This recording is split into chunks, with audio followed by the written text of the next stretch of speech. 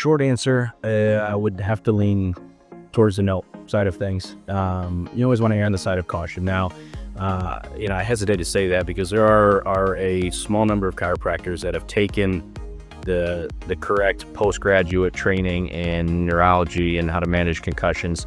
I do think there's that population of chiropractors out there, fairly rare.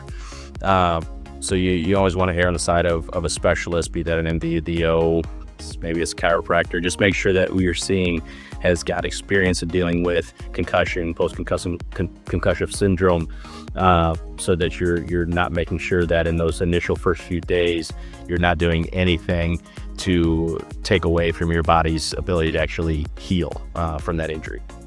Now, that being said, once you are out of that initial phase of, the acute phase where you're nauseous and you've got all the other neurological symptoms, once you've been given the green light by that specialist to start exercising in a light way and start moving, that's when I think a chiropractor could be useful. Now, with any head injury, there's likely going to be some trauma to the neck as well. So I would definitely want to evaluate that cervical spine just like I would any other new patient I see.